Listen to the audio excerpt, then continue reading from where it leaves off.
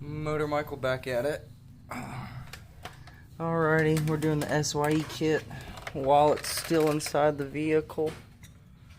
Here we have the inside of my transfer case. It wasn't bad at all, to be honest. Everything actually stayed in there.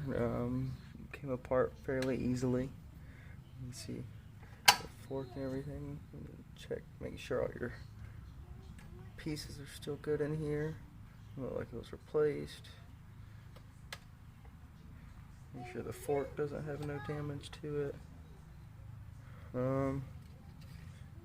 Everything seems to be good. I'm probably just gonna take and clean all this in my parts cleaner real quick. I just fired her up and got her filled up. I'll get back to it after that.